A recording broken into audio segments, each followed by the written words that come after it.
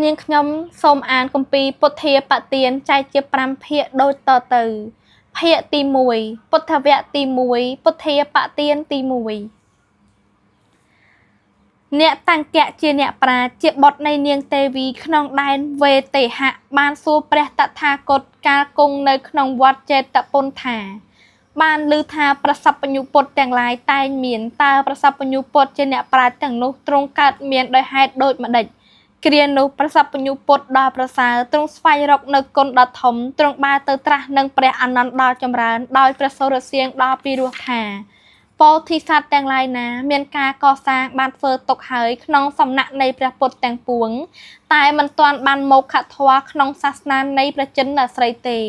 ពោធិសត្វទាំងនោះជាអ្នកប្រាជ្ញមានប្រាជ្ញាមុតថ្លារមែងបាននៅភាពជាសព្វញ្ញុពុទ្ធព្រោះប្រធាននៃការត្រាស់ដឹងនោះផងព្រោះអធ្យាស្រ័យមានកម្លាំងដ៏ធំនោះផងព្រោះតិចជះនៃបញ្ញានោះផង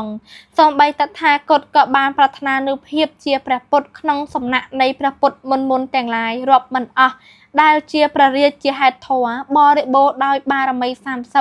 តថាគតបាននមស្ការថ្វាយបង្គំដោយម្រាមដៃ10ដោយក្បាលចំពោះព្រះសម្ពោធញ្ញាណរបស់ព្រះពុទ្ធដ៏ប្រសើរទាំងឡាយផងចំពោះព្រះសម្ពុទ្ធទាំងឡាយជានាយកនៃសត្វលោកព្រមទាំងព្រះសង្ឃផងរតនៈទាំងឡាយរាប់មិនអស់មានក្នុងពុទ្ធខេត្តទាំងប៉ុន្មានទេវតាដែលស្ថិតនៅឯដរអាកាសផងស្ថិតនៅលើផែនដីផងរមែងនាំមកនៅរតនៈទាំងពួងនោះដោយចិត្ត